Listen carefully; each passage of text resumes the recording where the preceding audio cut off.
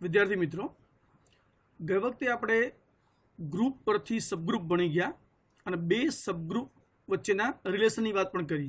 Relation એટલે કે intersection અને યુનિયન, એટલે કે બે સબગ્રુપનું ઇન્ટરસેક્શન કરો તો એ હંમેશા સબગ્રુપ જ રહેશે, જ્યારે બે સબગ્રુપનું યુનિયન કરો તો એ સબગ્રુપ રહે પણ ખરું અથવા તો નહીં પણ રહે। આજે આપણે એક નવા પ્રકારના સબગ્રુપની વાત કરીએ।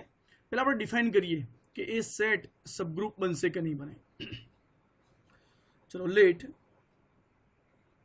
G be any group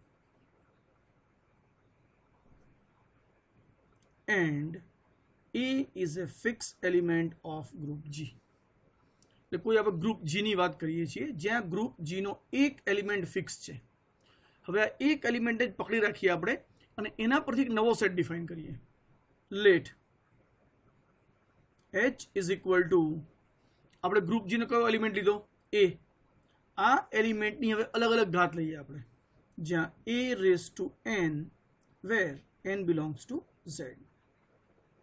એનો મતલબ કે આપણે ગ્રુપ G નો કોઈ પણ એક એલિમેન્ટ લઈ લીધો જેને A કહીએ છીએ અને એ એલિમેન્ટ પરથી હવે A ની 0 ઘાત, A ની 1 ઘાત, A ની 2 ઘાત, A ની 3 ઘાત, 4 ઘાત, 5 ઘાત, એમ આગળ એ પ્રમાણે ડાબી બાજુ A ની -1 ઘાત, A ની -2 ઘાત, A ની -3 ઘાત વગેરે વગેરે વગેરે। એટલે કે આપણે એ ફિક્સ એલિમેન્ટ લીધો અને એના ઉપરની ઘાત કઈ લીધી તો 0, 1, 2, 3, 4 વગેરે વગેરે, -1, -2, -3 વગેરે। એનો મતલબ કે Z ના બધા એલિમેન્ટ આવી એક ઘાત લીધી, જેને ટૂંકમાં કહું તો આવું કર્યું આપણે, A raised to 0, A raised to 1, A square, એ પ્રમાણે અહીંયા A raised to -1, A raised to -2 અને વગેરે। બરાબર છે? આવો જે ગ્રુપ લીધો be a subset of G।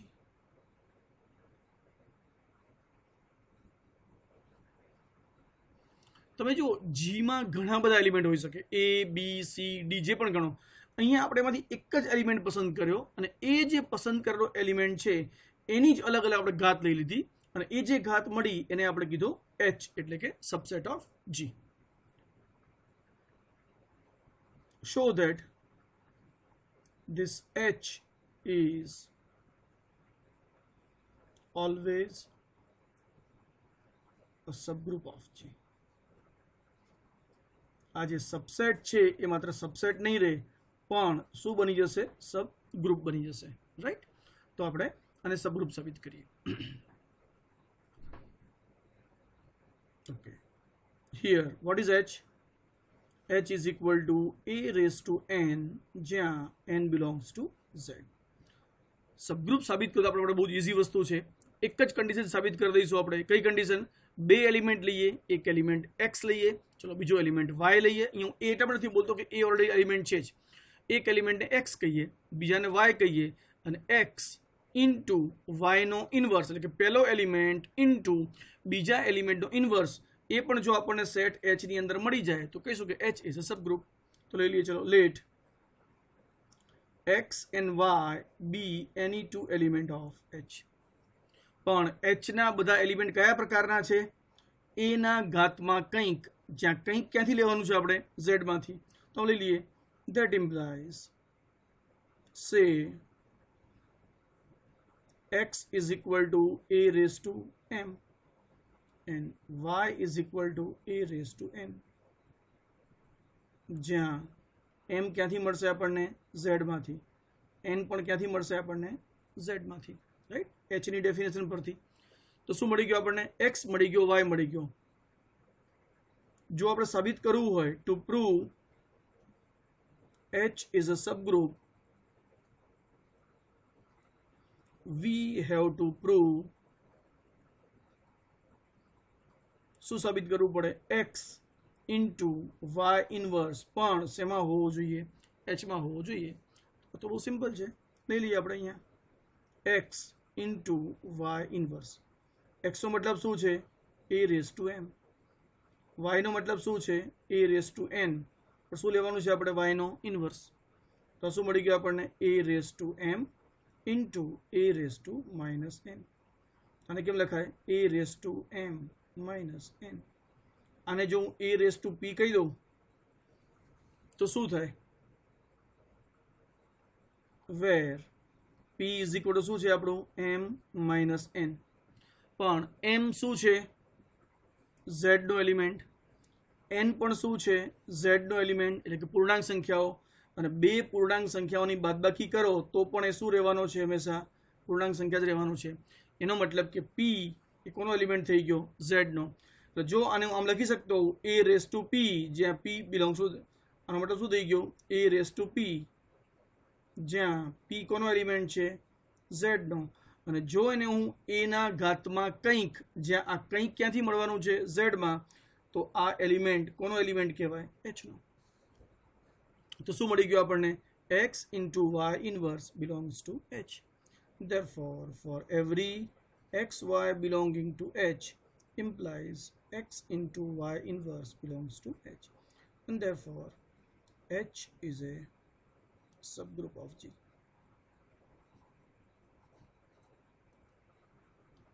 Correct. શું મળી ગયું આપણને h is a subgroup of G. પણ આ જે સબગ્રુપ મળ્યો આપણને એ કોઈ જેવો તેવો સબગ્રુપ નથી, આ એક સ્પેશિયલ સબગ્રુપ છે, અને એ સ્પેશિયલ સબગ્રુપને આપણે એક સ્પેશિયલ નામ આપીએ. કેવી રીતે?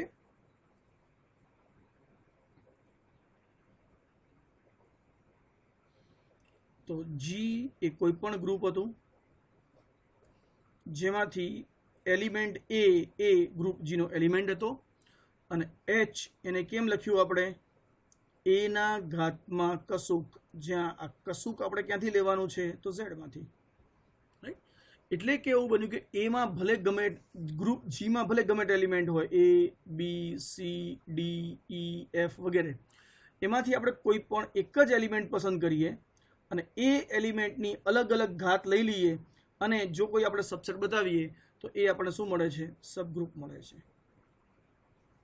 તો આના બીજો અર્થ એવો થયો કે આ જે સબગ્રુપ મળ્યો એ આપણને ગ્રુપ જીના એક જ એલિમેન્ટ પરથી મળી ગયો, અને એક એલિમેન્ટની અલગ અલગ ઘાત સ્વરૂપે મળ્યો. આનો અર્થ એવો થાય કે એક જ એલિમેન્ટ પરથી આ સબગ્રુપ બનાવી શકાય છે. રાઈટ. તો આ સબગ્રુપ જે છે, ધીસ સબગ્રુપ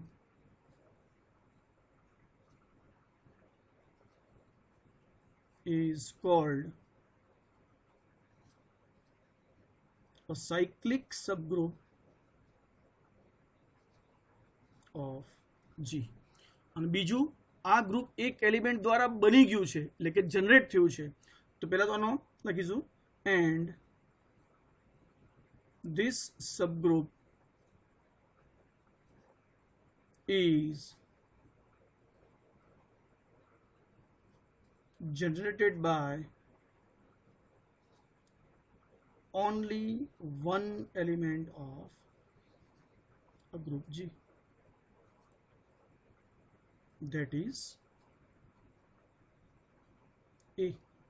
એક જ એલિમેન્ટ દ્વારા બની ગયો, એ એલિમેન્ટ કયો તો A. Therefore this subgroup is denoted by H, અને H કોના દ્વારા જનરેટ થયો છે તો એક જ એલિમેન્ટ દ્વારા, A દ્વારા. તો આનો સિમ્બોલ આવો લખાશે, the subgroup H is generated by A, and here this element A is called the generator of a subgroup. આ જે એલિમેન્ટ છે એ એલિમેન્ટને શું કહીશું આપણે generator of A subgroup. Right. A is called the generator of A subgroup. એનો મતલબ કે ગ્રુપના કોઈ એક જ એલિમેન્ટની અલગ અલગ અલગ અલગ ઘાત લઈ અને આપણે આખો એક સબગ્રુપ બનાવી કાઢ્યો. એનો મતલબ કે એના માટે એક જ એલિમેન્ટ કાફી છે. તમે લખો કે subgroup H is generated by A, એટલે આપણે ઓટોમેટિક ખબર પડી ગઈ કે એના એલિમેન્ટ શું હશે, એની અલગ અલગ ઘાત હશે બધી. કરેક્ટ. તો આપણે આજે મળી ગયું, એને કહીશું આપણે subgroup generated by this, and this is called a cyclic subgroup of G. આપણે એક્ઝામ્પલ લઈએ સાદો, બહુ જ સિમ્પલ એક્ઝામ્પલ લઈએ, તમને ખ્યાલ પણ આવી જશે. ચલો, group G is equal to સૌથી નાનો ગ્રુપ લઈ લો, 1 -1 i અને -i. રાઈટ. અને હવે અહીંયા હું આમ લખવાને કોઈ પણ એક એલિમેન્ટ લઈ લઉં છું, ધારો કે હું -1 લઈ લઉં છું અહીંયા. Take a is equal to -1 અને હવે હું h બરોબર આમ લખું -1/n જ્યાં n બિલોંગ્સ ટુ z. તો વિચારો શું મળશે આપણને h ની વેલ્યુ આવું મળે -1/0 -1/1 -1 સ્ક્વેર -1 ક્યુબ -1 4 ઘાત વગેરે -1 -1 ઘાત -1 -2 ઘાત એન્ડ સો ઓન. પણ વિચારો તમે કે આ બનશે શું? -1 0 ઘાત એટલે 1 -1 -1 ઘાત એટલે -1 ફરીથી -1 સ્ક્વેર એટલે 1 -1 ક્યુબ એટલે -1 -1 4 ઘાત એટલે 1 એટલે કે 1 -1 1 -1 બનતું જશે. અહીંયા શું મળશે આપણને ફરીથી -1 અહીંયા શું મળશે -2 સોરી 1 +1 તો આમને આમ વધતું ગયું. આનો મતલબ કે ભલે આ તો એલિમેન્ટ રિપીટ થાય છે બધા અને જો એલિમેન્ટ રિપીટ થતા હોય તો આપણે વારંવાર લખવાની જરૂર ન હોય તો આ સેટ શું મળી ગયો આપણને -1 અને 1 બે છે. જો -1 અને 1 એ શું છે આમ જુઓ તો આપણો g જે છે -1 1 i અને -i એનો સબસેટ અને આ જે સબસેટ છે એ આપણી આગળની ડેફિનેશન પ્રમાણે શું બની જશે સબગ્રુપ બની જશે. અને આપણને ખબર જ છે કે h ઇઝ ઇક્વલ ટુ -1 અને 1 એ શું છે સ્ક્વેર રૂટ ઓફ 1 અને square root of 1 is always a subgroup under multiplication આપણને ખ્યાલ જ છે. તો આપણે શું મળી ગયું આ આખો સબગ્રુપ આપણે કોના દ્વારા ડિફાઇન કર્યો તો જુઓ એક જ એલિમેન્ટ લીધો -1 અને એની આપણે અલગ અલગ ઘાત લીધી તો આપણે જવાબ શું મળી ગયું -1 અને 1. તો કહીશું આપણે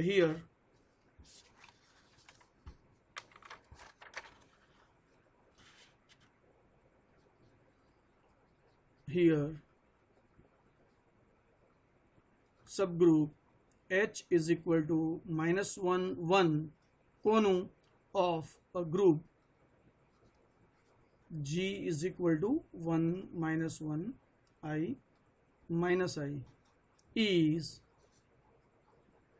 કોના દ્વારા જનરેટ થાય છે generated by only one element of g અને એ કયો that is -1 a is equal to -1 right. એનો મતલબ કે h is generated by a જ્યાં અહીંયા a ની જગ્યાએ શું મળી ગયું આપણને -1 એટલે કે h is generated by -1 અને -1 ની અલગ અલગ ઘાત લો તો બે જ એલિમેન્ટ મળે એક 1 અને બીજો કયો મળે આપણને -1 કરેક્ટ. તો શું મળી ગયું આપણને આ સબગ્રુપ મળી ગયું એનું આ નોટેશન મળી ગયું અને -1 જે છે એને શું કહીશું આપણે એનો જનરેટર. તો હવે આપણે શું મળી ગયું કોઈ પણ ગ્રુપ લઈએ અને એ ગ્રુપના કોઈ પણ એક એલિમેન્ટ પરથી જો આપણે આખો કોઈ સબસેટ લઈએ અને એ જે સબસેટ છે એ જો પોતે પણ ગ્રુપ થાય અને એનો સબસેટ પણ હોય તો શું કહીશું આપણે એને જી નો સબગ્રુપ કહીશું.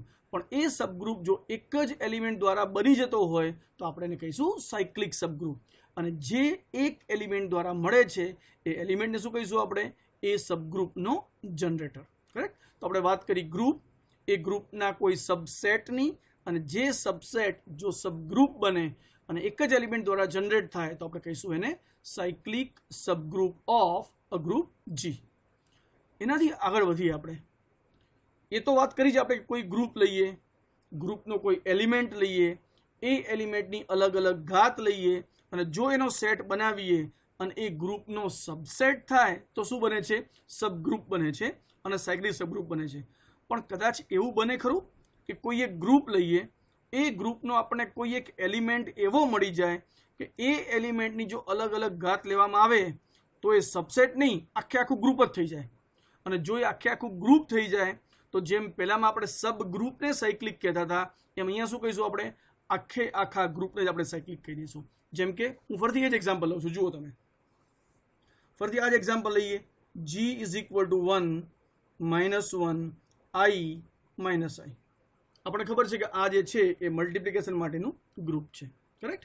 હવે હું એલિમેન્ટ બદલી કાઢું ચલો હું element a is equal to -1 લેવાને બદલે a ઇઝ ઇક્વલ ટુ હું i લઈ લઉં તો આપણને h શું મળશે અહીંયા તો h આવો મળશે i રેઝ ટુ n જ્યાં n belongs to z right. તો અહીંયા શું મળી ગયું આપણને? આનો મતલબ I raised to 0, I raised to 1, I square, I cube, I raised to 4, I raised to 5 વગેરે. એ પ્રમાણે I raised to -1, I raised to -2 અને વગેરે વગેરે વગેરે. અહીંયા વિચારો શું થાય છે? I raised to 0 એટલે શું થાય? 1. કોઈ પણ એલિમેન્ટની 0 ઘાત એટલે I raised to 1 એટલે શું થઈ ગયો? I પોતે. I square ની વેલ્યુ શું થાય? -1. બરોબર છે? I cube ની વેલ્યુ શું થાય? I cube એટલે I square into I થાય કે નહીં? I cube એટલે I square into I, પણ I square એટલે -1 છે, તો જવાબ શું થઈ ગયો? -I. તો આ મળશે આપણને -I. I raised to 4 બરોબર શું થાય? તો I raised to 4 નો અર્થ થાય I square into I square. I square એટલે -1, ફરીથી બીજો I square એટલે -1, અને -1 into 1 એટલે -1 into -1 એટલે 1. તો જુઓ 1 મળી ગયો, I મળી ગયો, -1 મળી ગયો, -I મળી ગયો. એનો મતલબ કે 1 -1 I -I મળી જ ગયા. અને અહીંયા પણ જેમ તમે આગળ વધતા જશો એમ એલિમેન્ટ શું થતા જશે? રિપીટ થતા જશે. તો એનો મતલબ કે આ જે આપણે સબગ્રુપ મળી ગયો, 4 એલિમેન્ટ મળ્યા, 1 -1 I અને -I. તો આમ જુઓ તો આ પણ H શું છે? G નો સબગ્રુપ છે. પણ તમે ચેક કરો અહીંયા G ના એલિમેન્ટ અને H ના એલિમેન્ટ શું બની ગયા? આપણા સરખા બની ગયા. એનો મતલબ કે આ જે H છે એ H એ બીજો કંઈ નહીં પણ શું છે? G છે. તો આનો અર્થ એવો થયો કે G ના કોઈ એલિમેન્ટ દ્વારા, એક જ એલિમેન્ટ દ્વારા અલગ અલગ ઘાત લેવાથી આપણે શું મળતું હતું? G નો એક સબગ્રુપ મળતું હતું. અને એ સબગ્રુપને શું કહેતા હતા આપણે? સાયક્લિક સબગ્રુપ કહેતા હતા. પણ આ કિસ્સામાં શું થયું? કોઈ એક એલિમેન્ટ ફિક્સ કર્યો, એ એલિમેન્ટની અલગ અલગ ઘાત લીધી, તો જે સબસેટ મળ્યો એ સબસેટ કે સબગ્રુપ જે કહીએ છીએ આપણે, એ સબગ્રુપ બીજો કંઈ નહીં પણ આખો જીત થઈ ગયો. એનો મતલબ કે અહીંયા આખા ગ્રુપને પણ આપણે એક જ એલિમેન્ટ દ્વારા દર્શાવી શકીએ છીએ. કેવી રીતે? તો જેમ આગળના એક્ઝામ્પલમાં આપણે H ને કેમ દર્શાવેલું? -1 દ્વારા. એમ અહીંયા હું એવું કહીશ કે આ જે G છે એટલે કે આખું ગ્રુપ છે એને હું એક જ એલિમેન્ટ દ્વારા જનરેટ કરી શકું છું. અને એ એલિમેન્ટ કયો? તો I. એટલે કે I ની 0 ઘાત એટલે 1, I ની 1 ઘાત એટલે I નો સ્ક્વેર એટલે -1, અને I ની 3 ઘાત એટલે કે I સ્ક્વેર ઇન્ટુ I એટલે કે -I. તો 1 -1 I -I G ના બધા એલિમેન્ટ મળી ગયા એક જ એલિમેન્ટ ઉપરથી. કયા એલિમેન્ટ ઉપરથી? I પરથી. તો અહીંયા કહીશું કે આપણે this group itself is cyclic. અને જો ગ્રુપ પોતે સાયક્લિક હોય તો આપણે શું કહીશું? આપણે G is a cyclic group. બરાબર? G is a cyclic group.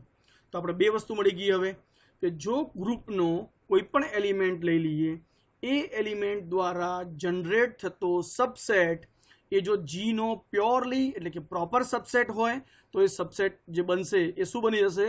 Subgroup of G. અને કેવો subgroup? Cyclic subgroup of G.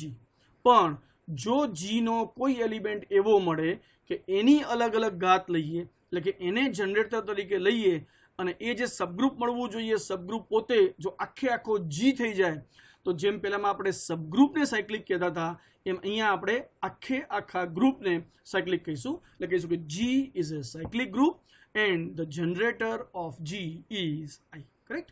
તો આપણે બે વસ્તુ મળી ગઈ, એક ગ્રુપ અને એ ગ્રુપ પરથી સાયક્લિક સબગ્રુપ, અને ઘણીવાર એ ગ્રુપ પોતે પણ સાયક્લિક હોઈ શકે છે. તો બે વસ્તુ મળી આપણને.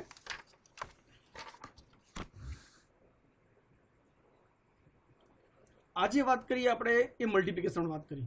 ફરીથી એ તો યાદ રાખવું જ પડશે કે જો ઓપરેશન ચેન્જ થઈ જાય તો એને કેમ લખાય. તો હમણાં જે વાત કરીએ આપણે કે સાયક્લિક સબગ્રુપ જે છે જેને આપણે H કીધો, એ H ને કેમ લખ્યું હતું આપણે? તો ગ્રુપ G નો કોઈ પણ એક એલિમેન્ટ લઈ લો અને એ એલિમેન્ટની અલગ અલગ ઘાત લો, જ્યાં ઘાત બિલોંગ્સ ટુ શું હોય? Z. એટલે આમ જુઓ તો ખરેખર મેં આ શું લખ્યું છે તમે જુઓ, A into A into A into A. કેટલી વખત? તો n વખત. એવું જ કહેવાય ને, જ્યાં n બિલોંગ્સ ટુ z. હવે જો આપણું ઓપરેશન એ મલ્ટિપ્લિકેશનને બદલે એડિશન હોય, એટલે કે note if G plus is a group,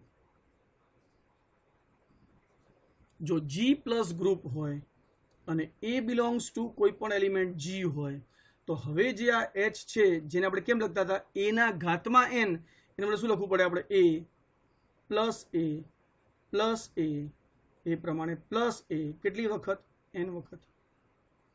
એવું થાય ને, જ્યાં n બિલોંગ્સ ટુ z. પણ જો હું a ઇન્ટુ a કરું તો a રેસ ટુ n થાય, એને બદલે જો a પ્લસ a કરું તો n ઇન્ટુ a થાય, જ્યાં n belongs to z. Right.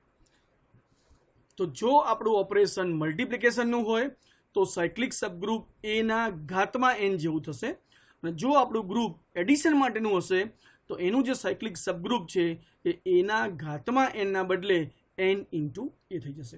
Example લઈએ આપણે. ચલો, z plus is a group, એ આપણને ખબર જ છે. હવે હું પ્રશ્ન પૂછું કે is z plus a cyclic group? વિચારી જુઓ, શું z પ્લસ એ સાયક્લિક ગ્રુપ છે? ઇફ યસ,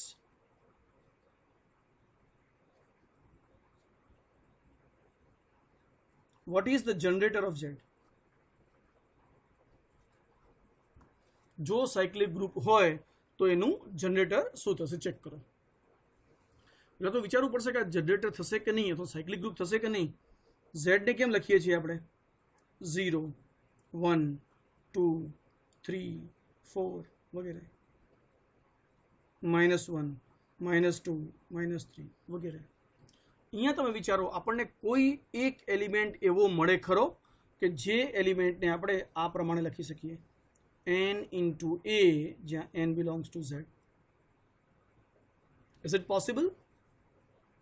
તો જો જોઈએ આપણે. હું લઈ લઉં અહીંયા, ચલો a ઇઝ ઇક્વલ ટુ 1 લઈ લો, રાઈટ.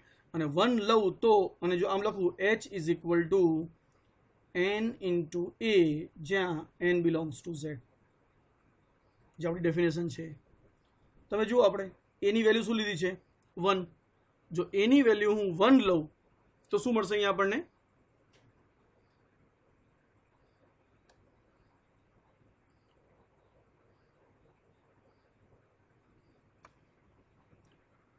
મિત્રો, આપણે જે વાત કરતા હતા એ પ્રમાણે કે જો a ઇઝ ઇક્વલ ટુ 1 લઈ લઈએ આપણે, તો h ઇઝ ઇક્વલ ટુ શું થાય?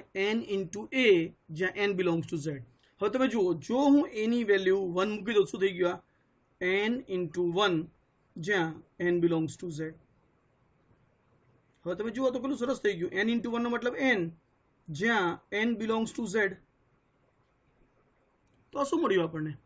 લખવાનું શું છે અહીંયા? n, અને n ક્યાંથી લેવાનો છે? z માંથી. તો z ની કઈ વેલ્યુ હોય? 0 1 2 3 વગેરે, -1 -2 વગેરે. તો આ તો શું બની ગયું? આ તો z પોતે જ થઈ ગયું આપણું. એનો મતલબ કે h બરોબર શું મળી ગયું આપણને? z. એટલે કે આપણે જો a બરોબર 1 લઈએ તો આખો z, એટલે કે સેટ ઓફ ઇન્ટીજર્સ લખી શકીએ છીએ. તો જો z એ સરવાળા માટેનું ગ્રુપ હોય, અને જો હું a ઇઝ ઇક્વલ ટુ 1 લઈ લઉં, તો આપણી સરવાળા માટેની વ્યાખ્યા પરથી આપણને શું મળી ગયું? h પોતે જ z છે. એનો મતલબ કે this z is A cyclic group. કહી શકાય સાયક્લિક ગ્રુપ અંડર એડિશન, બરોબર છે. અને એનો જનરેટર શું મળશે આપણને? The generator of z is equal to 1. This is cold the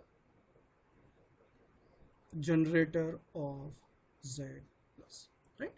તો હવે આપણને કોઈ પણ સાયક્લિક ગ્રુપ આપેલું હોય, એ ગુણાકાર માટેનું ઓપરેશન હોય કે સરવાળા માટેનું ઓપરેશન, એટલે કે મલ્ટિપ્લિકેશન હોય કે એડિશન હોય, બંને આપણને સાયક્લિક ગ્રુપ ખબર પડવી જોઈએ.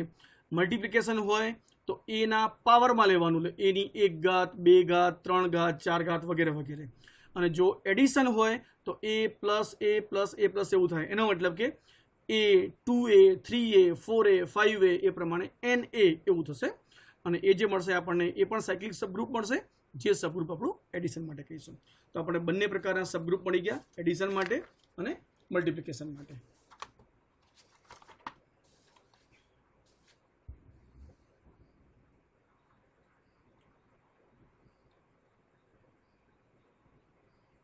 હવે તો વિચારો કે ઝેડના કેટલા બધા સબગ્રુપ અલગ અલગ પણ થઈ શકે.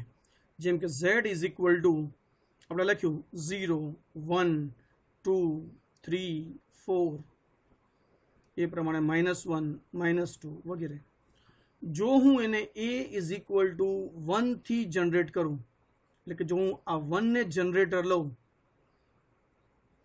તો શું થઈ ગયું આપણું? h is generated by 1. અને 1 થી જનરેટ થાય એનો મતલબ શું થઈ ગયો?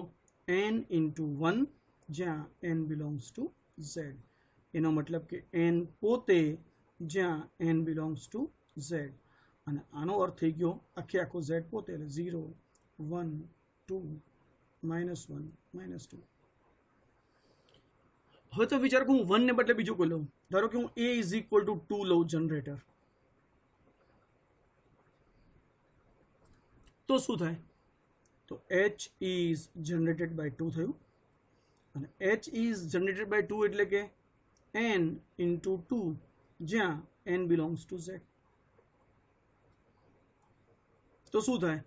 હવે n બિલોંગ્સ ટુ z નો મતલબ મારે n શું લેવાનો છે? 0 1 2 3 4 5, આ બધી જ વેલ્યુ 0 1 2 3 4 5. પણ આ જે n છે એ કોના વડે ગુણાયેલો છે? 2 વડે. તો એનો મતલબ વેલ્યુ શું મળશે આપણને? 0 વડે ગુણો એટલે 0, 1 વડે ગુણો એટલે 2, 4 6 8 વગેરે, -2 -4 વગેરે. તો આ જે મળી ગયું આપણને h ઇઝ જનરેટેડ બાય 2, એને કેવું હોય તો બીજા અર્થમાં શું છે તમે જુઓ, 2 થી જનરેટ 0 2 4 6. તો આને મારે બીજા અર્થમાં આમ કહી શકું 2 ઇન્ટુ z. ઝેડના તમામ એલિમેન્ટને તમે 2 વડે ગુણી કરો, શું થશે? 0 2 4 6 8 વગેરે વગેરે, બધી બેકી સંખ્યાઓ. જો હું a ઇઝ ઇક્વલ ટુ 3 લઉં અને 3 ને જો હું જનરેટર બનાવું તો શું થાય? h is generated by 3. તો એને કેમ લખાય? n ઇન્ટુ 3, જ્યાં n બિલોંગ્સ ટુ z. હવે જો હું n બિલોંગ્સ ટુ z લઉં તો z એલિમેન્ટ તો આ છે, અને દરેક એલિમેન્ટ 3 વડે ગુણું તો શું થાય? 0 ને ગુણો એટલે 0 જ રહે, 1 ને ગુણો તો 3, 2 ને ગુણો તો 6, 3 ને ગુણો તો 9 વગેરે. તો -3 -6 વગેરે. અને તમે જુઓ આ જે સેટ બન્યો એ સેટ જનરેટેડ બાય 3 છે, જેને આપણે h કહીએ છીએ. પણ h એ બીજું કંઈ નહીં પણ z જે છે એના દરેક એલિમેન્ટ તમે 3 વડે ગુણો તો શું બની જાય છે? 3 6 9 12 વગેરે, એને કહેવાય 3z. એ પ્રમાણે જો હું a ઇઝ ઇક્વલ ટુ 4 લઉં તો જે મને h મળશે એને શું કહીશું? 4z. જો હું a ઇઝ ઇક્વલ ટુ 5 લઉં તો જે સબગ્રુપ મળશે એ સબગ્રુપ શું કહેવાય? 5z. અને એ પ્રમાણે જો હું a is equal two n લઉં તો મને જે સબગ્રુપ મળશે એને શું કહેવાય? nz. અને nz એલિમેન્ટ કયા થાય? તો 0 n 2n 3n, એ પ્રમાણે -n -2n વગેરે. અને અહીંયા તમે n ની અલગ અલગ વેલ્યુ લેશો એટલે તમને 1 2 3 4 5 જેમ લેતા જશો એમ તમને z 2z 3z 4z 5z nz એ પણ વગેરે વગેરે મળતા જશે. તો આમ જુઓ તો અહીંયા એવું બન્યું કે z એ એવો સેટ છે કે જ્યાં z ના દરેકે દરેક એલિમેન્ટ એ આપણને એક સબગ્રુપ આપશે, અને એ સબગ્રુપ એ કેવું મળશે આપણને? સાયક્લિક સબગ્રુપ મળશે. એનો મતલબ કે જો 1 થી જનરેટ કરો તો જે સાયક્લિક સબગ્રુપ મળશે એ z પોતે થશે, એટલે કે z પોતે પણ કેવું છે? Cyclic group. જો 2 લઈશ તો મને 2z મળશે, જેને આપણે સાયક્લિક સબગ્રુપ કહીશું. 3 લઈશું a ઇઝ ઇક્વલ ટુ તો 3z મળશે, એને આપણે સાયક્લિક સબગ્રુપ કહીશું. 4z 5z nz n+1z વગેરે એ જે પણ મળશે એ આપણને ઝેડના સબગ્રુપ મળશે, અને તમામ સબગ્રુપ જે છે એ કેવા હશે? સાયક્લિક સબગ્રુપ હશે. તો આપણે ગુણાકાર અને સરવાળા માટે અલગ અલગ ગ્રુપ અને સબગ્રુપ કેવી રીતે થાય એની આપણે અહીંયા વાત કરીએ. સબગ્રુપથી આગળ વધીએ આપણે તો જે વસ્તુ આપણે ઇન્ટીજર માટે ભણી ગયા હતા, એટલે કે નંબર માટે ભણી ગયા હતા, એ હવે આપણે સબગ્રુપ માટે ભણવાનું છે. જે આપણે ભણી ગયા હતા એ શું હતું? બરોબર યાદ કરો. કોંગ્રુન્ટ મોડ્યુલો રિલેશન ભણી ગયા છીએ આપણે. On integer n. બરોબર યાદ કરો, એને આપણે કઈ રીતે લખતા હતા? તો આપણે એવું લખતા હતા કે a is congruent to b with respect to modulo n લખતા હતા આપણે. તો બે ઇન્ટીજરને મોડ્યુલો એના પ્રમાણમાં ક્યારે આપણે કોંગ્રુન્ટ એટલે કે સરખા જેવું કહી શકીએ? જો n divides a minus b હોય તો. આ આપણે ભણી ગયા હતા, એ તમને બધાને બરોબર યાદ છે, કરેક્ટ? હવે જે આપણે લેવાનું છે એ થોડું જુદી રીતે લઈએ છીએ આપણે. એટલે હવે કોંગ્રુન્ટ મોડ્યુલો રિલેશન લઉં છું ખરો, પણ એ નંબર ઉપર નહીં, હવે હું એને સબગ્રુપ ઉપર લઉં છું. અને સબગ્રુપ પર કેમ લેવાય? તો આમ લખું છું, કોંગ્રુન્ટ મોડ્યુલો relation on a subgroup H.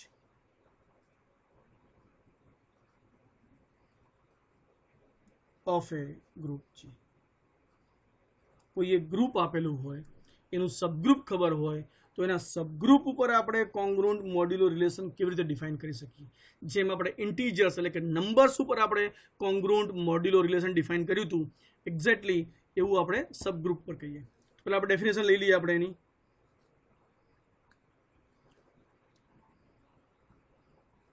Late H be a subgroup of G. જો અહીંયા આપણે સાયક્લિકની વાત નથી કરતા, કોઈ પણ subgroup. Let H be a subgroup of G and A and B belongs to G. બરોબર યાદ રાખજો, જ્યારે હું કોંગ્રુન્ટ મોડ્યુલો રિલેશનની વાત કરું છું ત્યારે એલિમેન્ટ હું ગ્રુપમાંથી લઈશ. Then A B belonging to G, then we say A is congruent to B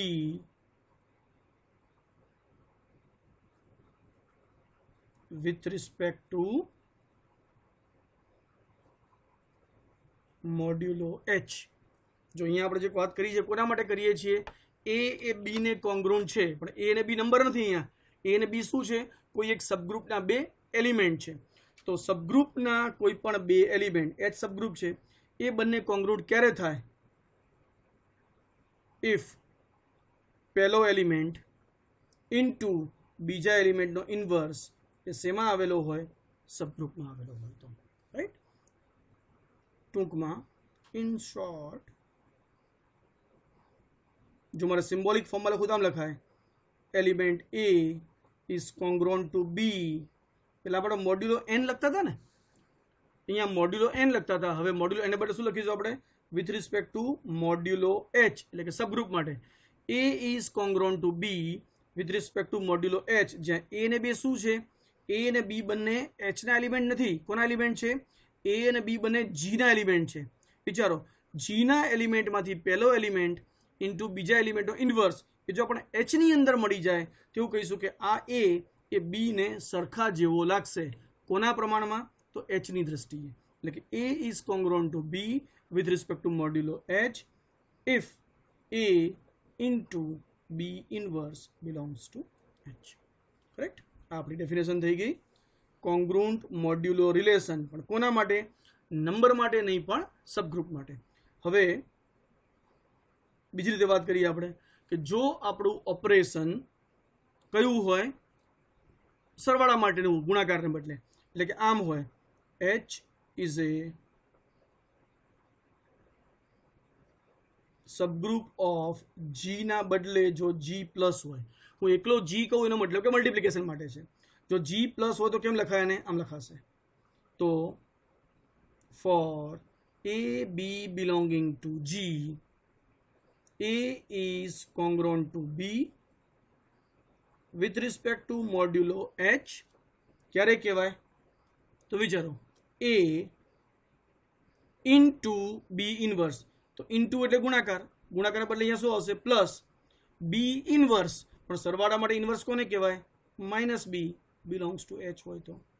એનો અર્થ એવો થયો કે A is congruent to B with respect to modulo H.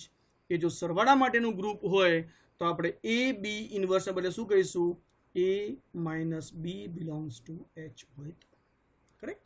તો આપણે બે વસ્તુ મળી ગઈ. હવે જો ગ્રુપ ગુણાકાર માટેનું હોય તો આપણે એ સબગ્રુપને અનુલક્ષીને બે એલિમેન્ટ એકબીજાના કોંગ્રુન્ટ છે એવું ક્યારે કહેવાય? તો પહેલો એલિમેન્ટ ઇન્ટુ બીજાનો ઇન્વર્સ એ આ સબગ્રુપમાં આવેલો હોય, અને સરવાળા માટે હોય તો પહેલો એલિમેન્ટ માઇનસ બીજો એલિમેન્ટ એ સબગ્રુપની અંદર આવેલો હોય. તો કહીશું આપણે કે આ જે રિલેશન છે એ રિલેશન કહીશું આપણે કોંગ્રુન્ટ મોડ્યુલો રિલેશન. રાઈટ. અને બહુ સરસ વાત પહેલાં જેવી જ છે, જેવું આપણે નંબર્સ માટે ભણી ગયા હતા કે કોંગ્રુન્ટ મોડ્યુલો relation on integer is an equivalent relation. એટલે કે રિલેશન કેવું છે? રિફ્લેક્સિવ છે. પછી એ રિલેશન કેવું છે? સિમેટ્રિક છે. અને એ રિલેશન કેવું છે? ટ્રાન્ઝિટિવ છે. તો જે રિલેશન રિફ્લેક્સિવ હોય, સિમેટ્રિક હોય અને ટ્રાન્ઝિટિવ હોય ને શું કહીએ છીએ આપણે? ઇક્વિવેલન્ટ રિલેશન કહીએ છીએ. ચલો, આ જે કોંગ્રુન્ટ મોડ્યુલ રિલેશન છે, જે હવે આપણે સબગ્રુપ પર ડિફાઇન કર્યું છે, સાબિત કરીએ કે સબગ્રુપ ઉપર ડિફાઇન કરેલું કોંગ્રુન્ટ મોડ્યુલો રિલેશન પણ ઇક્વિવેલન્ટ રિલેશન જ હોય. અને આ થિયરમ ઘણી બધી વખત એક્ઝામમાં તમારે પૂછાતું હોય છે.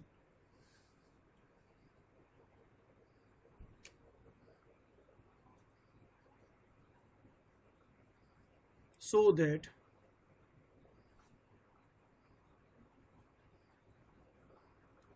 a congruent modulo relation is an equivalent relation.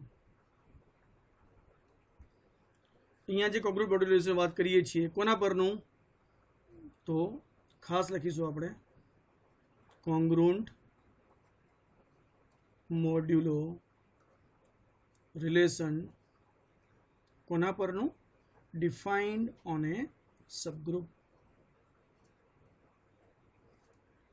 H of A group G. અહીંયા જે આપણે કોંગ્રુન્ટ મોડ્યુલો રિલેશનની વાત કરીએ છીએ એ કોંગ્રુન્ટ મોડ્યુલો રિલેશન એ ઇન્ટીજર માટેનું, એટલે નંબર માટેનું નહીં, પણ આપણે સબગ્રુપ માટેની વાત કરીએ છીએ. એક્ઝામમાં ઘણીવાર આવું પૂછાશે. સૌથી પહેલાં ડિફાઇન કોંગ્રુન્ટ મોડ્યુલો રિલેશન, તમારે ડેફિનેશન આપવાની છે જે આપણે અગાઉ આપીએ.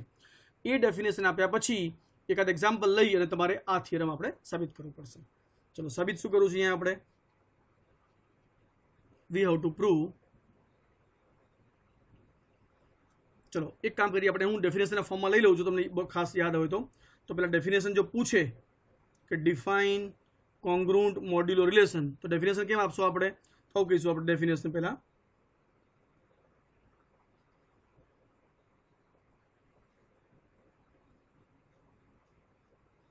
H is a subgroup of a group G, and for A and B belonging to G, we say A is congruent to B with respect to modulo H. Kyare? If A into B inverse belongs to H. અને અહીંયા આપણે સાબિત શું કરવું છે? આ definition થઈ ગઈ આપણી. સાબિત કરવું છે આ ત્રણ લીટી. એ ત્રણ લીટી શું કહીએ છીએ આપણે? કોંગ્રુન્ટ મોડ્યુલો રિલેશન. રાઈટ.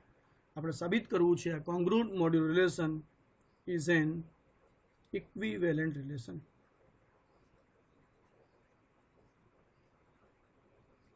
એનો મતલબ સાબિત શું કરવું પડે? That is two prove. આનો તો આપણે સાબિત કરવું પડશે કે આ જે રિલેશન છે, this relation is number 1, number 2 અને નંબર 3. કઈ ત્રણ વસ્તુ થવી જોઈએ? તો પહેલી વસ્તુ એ કેવું હોવું જોઈએ? રિફ્લેક્સિવ હોવું જોઈએ. રિફ્લેક્સિવનો મતલબ શું થવો જોઈએ? A is congruent to A with respect to modulo H. પછી સિમેટ્રિક. સિમેટ્રિકનો મતલબ શું થાય? A is congruent to B with respect to modulo H, તો B is congruent to A with respect to modulo H થવું જોઈએ. Right. અને ત્રીજું transitive. ટ્રાન્ઝિટિવનો મતલબ શું થાય? A is congruent to B with respect to modulo H હોય અને B is congruent to C with respect to modulo H હોય તો આ બંને શું થવું જોઈએ? A is congruent to C with respect to modulo H. અને જો આવું થાય તો કોંગ્રુન્ટ મોડ્યુલો રિલેશન જે છે એ રિફ્લેક્સિવ પણ છે, સિમેટ્રિક પણ છે અને ટ્રાન્ઝિટિવ પણ છે અને માટે આ રિલેશન કેવું કહેવાશે? ઇક્વિવેલન્ટ રિલેશન છે એવું કહેવાશે. બહુ જ સહેલું છે. લઈ લઈએ આપણે 1 by 1. નંબર 1 રિફ્લેક્સિવિટી. સાબિત શું કરીશું આપણે? A is congruent to A.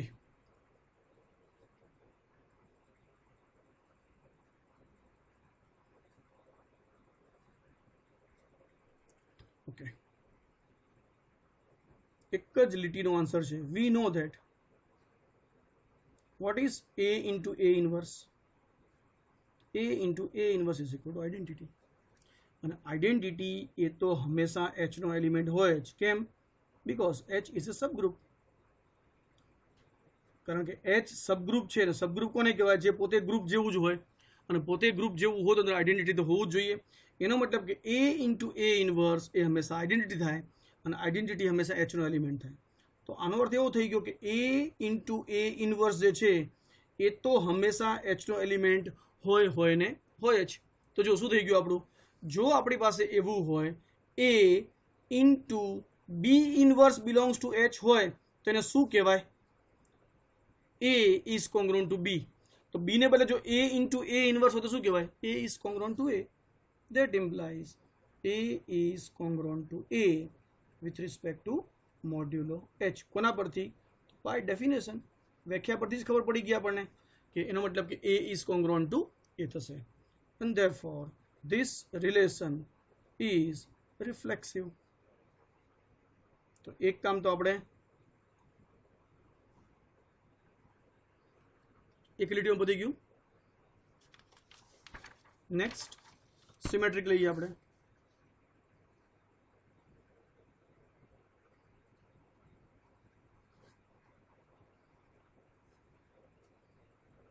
Symmetric કોને કહેવાય? Let A is congruent to B with respect to modulo H. આપણે સાબિત શું કરવું છે? આપણે સાબિત આવું કરવું પડશે. B is congruent to A with respect to modulo H. તો જો આપણે આના પરથી આવું સાબિત કરી શકીએ તો આપણે કહીશું therefore this relation is symmetric. કહી શકાશે? આવું શક્ય છે ખરું? તો જોઈ લઈએ. ચલો, જો A is congruent to B with respect to modulo H આપેલું હોય તો બાય ડેફિનેશન શું લખી શકાય આને? A into B inverse belongs to H લખી શકાય? હવે H શું છે? But H is a subgroup. તો શું થાય? હવે વિચારો, આ જે એલિમેન્ટ છે એ કોનો એલિમેન્ટ છે? H નો. અને H શું છે? સબગ્રુપ. સબગ્રુપ કોને કહેવાય? તો એ પોતે ગ્રુપ હોય તો જ. એનો મતલબ કે H પોતે પણ ગ્રુપનું કામ કરશે. હવે વિચારો, આ એલિમેન્ટ એ જો H નો એલિમેન્ટ હોય અને H એ ગ્રુપ હોય તો સ્વાભાવિક છે કે એ એલિમેન્ટનો ઇન્વર્સ પણ કોની અંદર હોય? H ની અંદર હોય છે. ખ્યાલ આવે છે બધાને? A B ઇન્વર્સ H નો એલિમેન્ટ છે એટલે આ આખો એલિમેન્ટ કોનો થઈ ગયો? H નો. H શું છે? સબગ્રુપ. સબગ્રુપનો મતલબ કે ગ્રુપ પોતે. અને જો ગ્રુપ હોય તો ગ્રુપના દરેકે દરેક એલિમેન્ટનો ઇન્વર્સ પણ પોતાની અંદર જ હોય. તો જો AB ઇન્વર્સ H ની અંદર છે તો AB ઇન્વર્સ નો ઇન્વર્સ પણ કોની અંદર હોય? H ની અંદર હોય. તો આ શું થયું? આપણે ભણી ગયા છીએ કે A સ્ટાર B નો ઇન્વર્સ કેમ લખાય? પાછળથી B inverse star A inverse. અને કેમ લખાય? B ઇન્વર્સ નો inverse into A inverse belongs to H. કારણ કે આ જે છે AB ઇન્વર્સનો ઇન્વર્સ કેમ લખાય? હા, પણ B ઇન્વર્સનો ઇન્વર્સ એટલે B into A inverse belongs to H. હવે જુઓ તમે, જો B into A inverse belongs to H હોય તો બાય ડેફિનેશન શું લખી શકાશે? B is congruent to A with respect to modulo H. થઈ ગયું? જો A is congruent to B હોય તો કેમ લખાય? પહેલો એલિમેન્ટ ઇન્ટુ બીજાનો ઇન્વર્સ શેમાં છે? H માં. અહીંયા જો શું છે? પહેલો એલિમેન્ટ કોણ છે બી, બીજાનો ઇન્વર્સ કોણ છે એ, બિલોંગ્સ ટુ એચ, તો શું થઈ ગયું પહેલો એલિમેન્ટ ઇઝ કોંગ્રુઅન્ટ ટુ બીજો એલિમેન્ટ, એટલે કે બી ઇઝ કોંગ્રુઅન્ટ ટુ એ. તો આપણે શું કર્યું, જો આપણને એ ઇઝ કોંગ્રુઅન્ટ ટુ બી આપેલું હોય with respect to modulo H, તો ઓટોમેટિક સાબિત શું થઈ ગયું, B is also congruent to A with respect to modulo H, અને માટે શું કહી શકાશે, ધીસ રિલેશન ઇઝ સિમેટ્રિક. અને છેલ્લો પાર્ટ ટ્રાન્ઝિટિવિટી.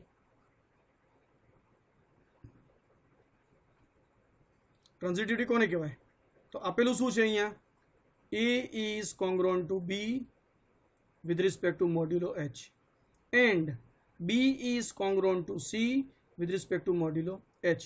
તો આપણે સાબિત શું કરવું પડે અહીંયા, આ બધે બધી સાબિત કરવું પડે કે A is congruent to C with respect to modulo H.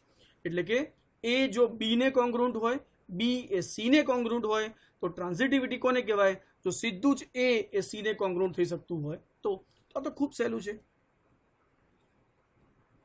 Here A is congruent to B with respect to modulo H. એનો અર્થ શું થાય, by definition A into B inverse belongs to H. કોના પરથી, તો by definition, right? And આપણે આપેલું છે કે B is congruent to C with respect to modulo H, તો આનો શું થાય, B into C inverse belongs to H. એ પણ કોના પરથી, તો ડેફિનેશન પરથી. હવે વિચારો, આ કોનો એલિમેન્ટ છે એચ નો, આ પણ કોનો એલિમેન્ટ છે એચ નો. એચ શું છે, સબગ્રુપ. સબગ્રુપનો મતલબ ગ્રુપ પોતે. તો જુઓ here A into B inverse અને બી ઇન્ટુ સી ઇન્વર્સ બંને કોના એલિમેન્ટ છે એચના, અને એચ શું છે, એચ ઇઝ અ સબગ્રુપ, અને એચ સબગ્રુપ હોય તો પોતે ગ્રુપ થાય, એન્ડ ધેટ ઇમ્પ્લાઇઝ ગ્રુપ હોય તો બાય ક્લોઝર પ્રોપર્ટી શું થાય, જો આ બંને એચના એલિમેન્ટ હોય તો એનો ગુણાકાર પણ કોનો એલિમેન્ટ થાય, એચનો. એનો મતલબ A ઇન્ટુ બી ઇન્વર્સ અને બી ઇન્ટુ સી ઇન્વર્સ પણ કોનો એલિમેન્ટ થાય, એચનો. જો કેટલું સહેલું થઈ ગયું, અને આમ લખાય A B inverse into B into C inverse belongs to H. શું કર્યું આપણે, એસોસિએટિવિટી, આ બંનેને ભેગા કર્યા, એસોસિએશન, તો શું મળી ગયું, ધેટ ઇમ્પ્લાઇઝ A, આ શું છે identity, C inverse belongs to H. તો શું મળી ગયું આપણને, આ તો આઈડેન્ટિટી છે, એનો મતલબ કે A into C inverse belongs to H. અને વિચારો, પહેલો એલિમેન્ટ ઇન્ટુ બીજા એલિમેન્ટનો ઇન્વર્સ બિલોંગ્સ ટુ એચ હોય તો આને શું બોલાય, A is congruent to C with respect to modulo H. આપણે શરૂઆત ક્યાંથી કરી, A is congruent to B with respect to modulo H, B is congruent to C with respect to modulo H. આ બંને પછી જવાબ શું મળી ગયો આપણને, A is congruent to C with respect to modulo H. એટલે A B ને કોંગ્રુઅન્ટ હોય, B C ને કોંગ્રુઅન્ટ હોય તો જવાબ મળી ગયો A C ને કોંગ્રુઅન્ટ છે, અને માટે આ પ્રોપર્ટી શું કહેવાશે અહીંયા, therefore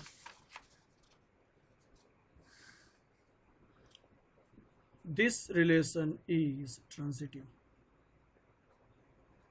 શું મળી ગયું, therefore this relation is reflexive, symmetric and transitive, and therefore this relation is an equivalent relation, right? તો કેટલું સરસ થઈ ગયું વિચારો તમે. હવે બે વસ્તુ થઈ આપણી પાસે, A is congruent to B with respect to modulo n હોય તો આને એવું કહેવાય કે n divides A minus B, અને જો A is congruent to B with respect to modulo H હોય તો એને કહેવાય A into B inverse belongs to H. બંને કોંગ્રુઅન્ટ મોડ્યુલો રિલેશન છે અને બંને રિલેશન કેવા છે, તો ઇક્વિવેલન્ટ રિલેશન છે, રાઈટ.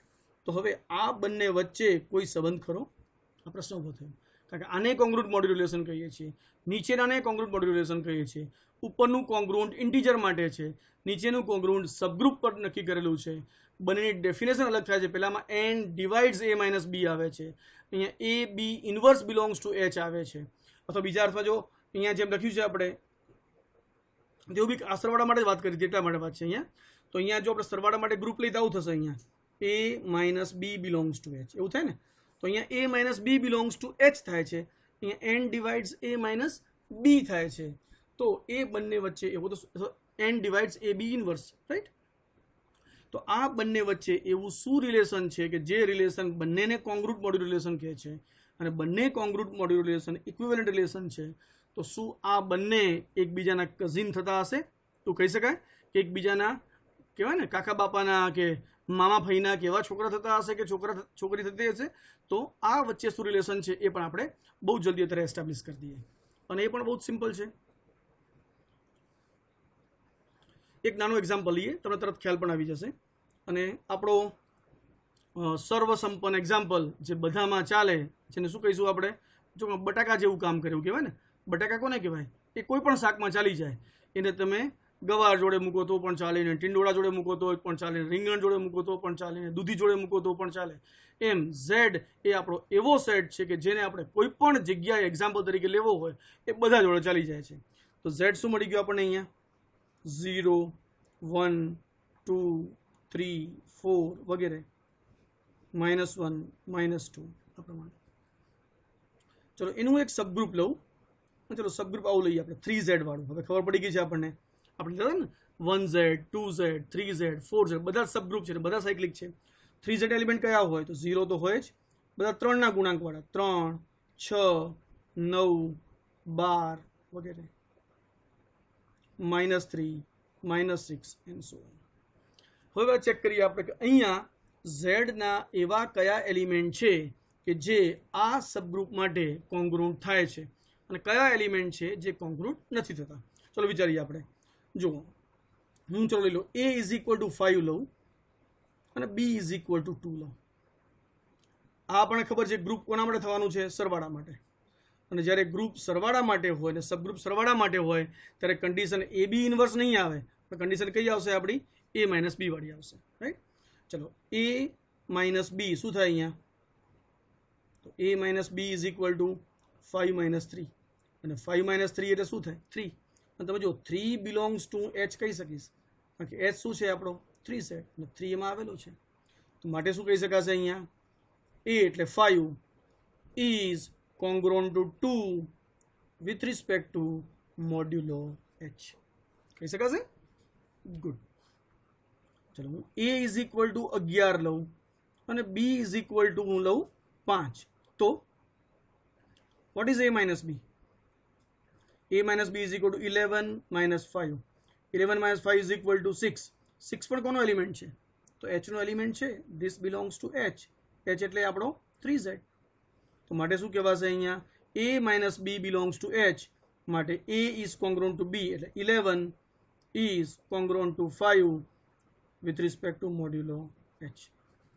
પણ જો હું a = ધારો કે 11 લઉં અને ધારો કે b = હું -3 લઉં, તો એ પણ z ના એલિમેન્ટ તો છે જ ને, કે z માં તો 0 પણ છે, 1 છે, 2 છે, 3 છે, -1, -2, -3 વગેરે વગેરે ઘણું છે. અને આપણે ચેક કરો વોટ ઇઝ a માઇનસ બી?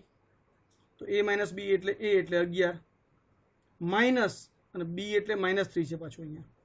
તો આનો જવાબ શું મળશે? 11 + 3 એટલે કે 14. તો તમે વિચારો 14 જે છે એ h નો એલિમેન્ટ છે ખરો? તો h માં શું આવે? 3, 6, 9, 12, 12 પછી શું આવશે? 15. એનો મતલબ કે 14 જે છે એ h નો એલિમેન્ટ નથી.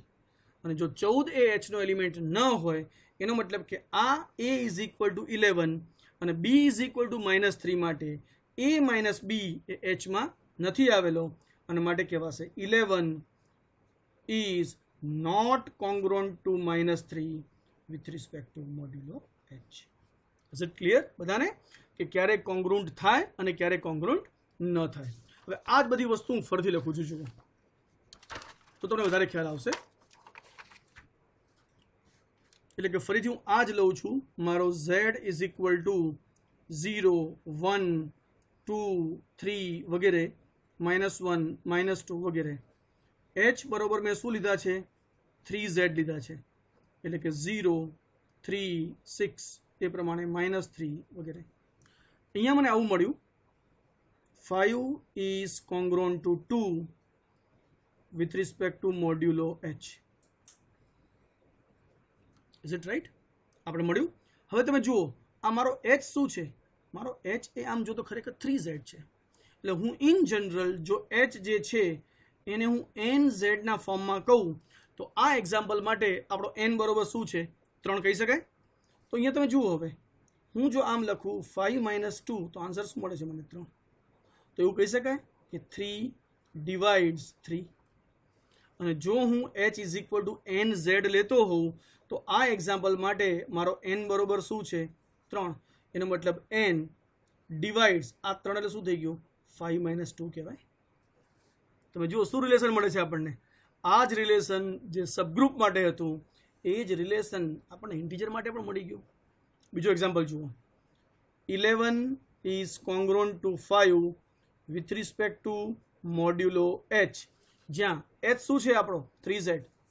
અને h ને 3z કહું એનો મતલબ કે જો h ને હું nz પ્રકારનો સબગ્રુપ વિચારું તો મારો n શું છે અહીંયા? 3. અહીંયા જુઓ તમે વોટ ઇઝ 11 - 5? તો 11 - 5 એટલે 6. એનો મતલબ કે 3 ડિવાઇડ્સ 6. 3 એટલે કોણ? તો મારો n, એટલે 3z લખ્યું છે આપણે અહીંયા. અને 6 એટલે કોણ? તો મારો 11 - 5. એનો મતલબ કે અહીંયા n ડિવાઇડ્સ a - b થઈ ગયું આપણું. n ડિવાઇડ્સ a - b જે આપણું તો n ડિવાઇડ્સ 11 - 5 અહીંયા હતું. એટલે કે અહીંયા બી કહી શકાશે કે 11 ઇઝ કોંગ્રુઅન્ટ ટુ 5 કોના માટે? With respect to modulo n, જ્યાં મોડ્યુલો n એટલે શું છે આપણું? 3. તો જો અહીંયા શું મળી ગયું આપણને? 11 is congruent to 5 with respect to modulo h. એ જ વસ્તુ અહીંયા શું મળી ગઈ? 11 is congruent to 5 with respect to modulo n, જ્યાં આપણો n શું છે? જો આને હું nz કહું તો 3 છે. રાઈટ?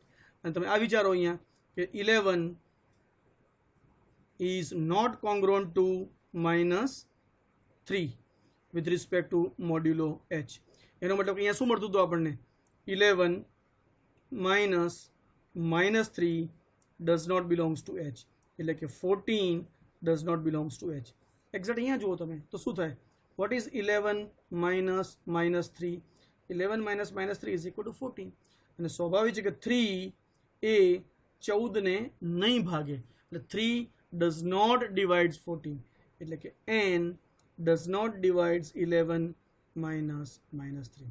અને માટે શું કહીશું આપણે? 11 ઇઝ નોટ કોંગ્રુઅન્ટ ટુ -3 કોના માટે? વિથ રિસ્પેક્ટ ટુ મોડ્યુલો 3, જે અહીંયા આપણું 3h હતો. તો મળી ગયું ને અહીંયા પર જે 11 is not congruent to -3 with respect to modulo h, અહીંયા શું મળી ગયું? 11 is not congruent to -3 with respect to modulo 3. તો હવે તમને ખ્યાલ આવી ગયો હશે કે ઇન્ટીજર મોડ્યુલો અને સબગ્રુપ મોડ્યુલો એ બંને અંતે કેવા છે? એક જ છે, એટલે કે બંને કઝિન છે એવું કહી શકાશે. તો બે વસ્તુ લઈએ આપણે. કોણ કોણ? તો એક આવી ગયું આપણું સબગ્રુપ મોડ્યુલો, અને બીજું શું હતું આપણું? ઇન્ટીજર મોડ્યુલો. તો આમ જુઓ તો સબગ્રુપ મોડ્યુલો અને ઇન્ટીજર મોડ્યુલો એ બંને પણ કેવા છે? એકબીજાના ઇક્વિવેલન્ટ જેવા છે. એટલે કહી શકાય કે બંને શું છે? એકબીજાના કાકા બાપાના છોકરા, એટલે કે કઝિન છે. Is it right? તો આજે આપણે અહીંયા સુધી રહેવા દઈએ. તો આજે આપણે શું ભણ્યા? એક એવું સબગ્રુપ ભણ્યા કે જે સાયક્લિક હોય, એક એવું ગ્રુપ ભણ્યા કે જે આખું પોતે સાયક્લિક હોય, જેને કોઈ એક જ એલિમેન્ટથી જનરેટ કહી શકાય, જેને આપણે એનો જનરેટર કહીશું. એના અલગ અલગ એક્ઝામ્પલ લીધા. પછી આપણે કોંગ્રુઅન્ટ મોડ્યુલો રિલેશન ડિફાઇન કર્યું, ઇન્ટીજર પર નહીં, શેના પર? સબગ્રુપ પર. અને સબગ્રુપ પર જે કોંગ્રુઅન્ટ મોડ્યુલો રિલેશન ડિફાઇન કર્યું એ પણ કેવું મળ્યું આપણને? ઇક્વિવેલન્ટ રિલેશન મળ્યું. તો આપણી પાસે હવે બે સબ કોંગ્રુઅન્ટ મોડ્યુલો રિલેશન થઈ ગયા. કયા કયા? એક સબગ્રુપ મોડ્યુલો અને બીજું આગળ જે ભણી ગયા હતા એ ઇન્ટીજર મોડ્યુલો.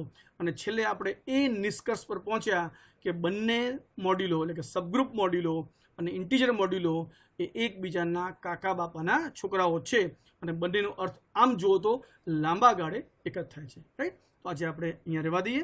અને નેક્સ્ટ હવે આપણે બહુ જ ઇમ્પોર્ટન્ટ થિયરમ છે, ધીમે ધીમે આપણે જઈશું લાંગ્રાજીસ થિયરમ કોને કહેવાય. એટલે પહેલાં આપણે સેટ પરથી આપણે ગ્રુપ ભણ્યા, ગ્રુપ પરથી સબગ્રુપ ભણ્યા, સબગ્રુપ પરથી આપણે હવે સેટ ઉપરથી કો સેટ એવું ભણીશું, અને ધીમે ધીમે કો સેટ ઉપરથી આપણે લાગ્રાન્જીસ થિયરમ પર જઈશું, જે આપણું સૌથી અગત્યનું થિયરમ છે.